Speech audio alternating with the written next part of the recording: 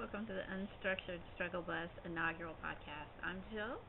Today I'm going to cover Second Life, um, podcasts that I enjoy, and things that happen in the news, maybe.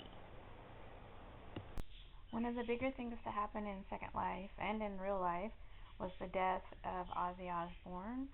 Many different venues had memorial sets for him.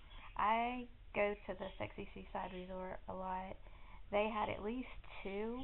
I believe this was on the first day, like the day he actually died. They gave out flags. And then the next day there was another one, and they gave out Ozzy dolls. But I don't know if they're giving those out anymore. He was a very entertaining guy, and he left an interesting legacy. It was kind of a somber thing.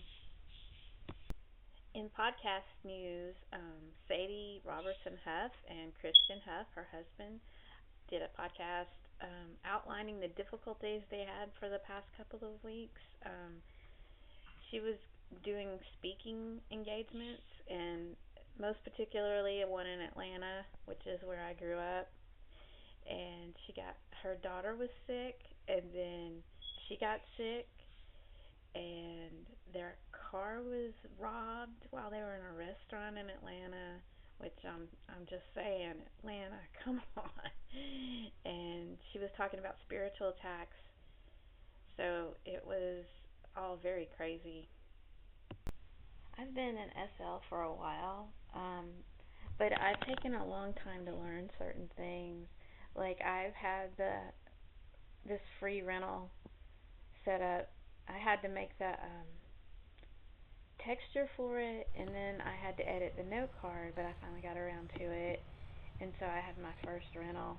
But there's a lot of information out there that's confusing.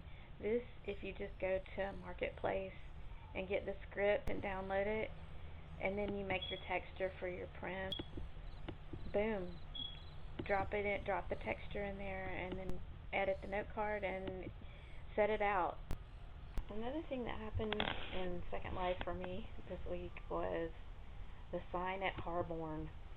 I was up early in the morning in the Harborne area driving a car, and I saw a sign, and it looked really interesting. It was a place I wanted to go, but it was so early in the morning, like I didn't have the light on, couldn't find a pen. I tried to get a note card from it, and then it changed and it disappeared. So, like, I did a day full of activities in real life, and later in the night I tried to go back, and the sign, like, I wasn't sure which sign it was. So I looked up and down the street. I finally saw that sign change, because it changes every 30 minutes. So that night it didn't have it. I went back the next day. I waited several hours doing other things, but I would check every 30 minutes. And so far it hasn't had the information that I'm looking for. And you can't click on it to find the other advertisers or anything. It's really crazy.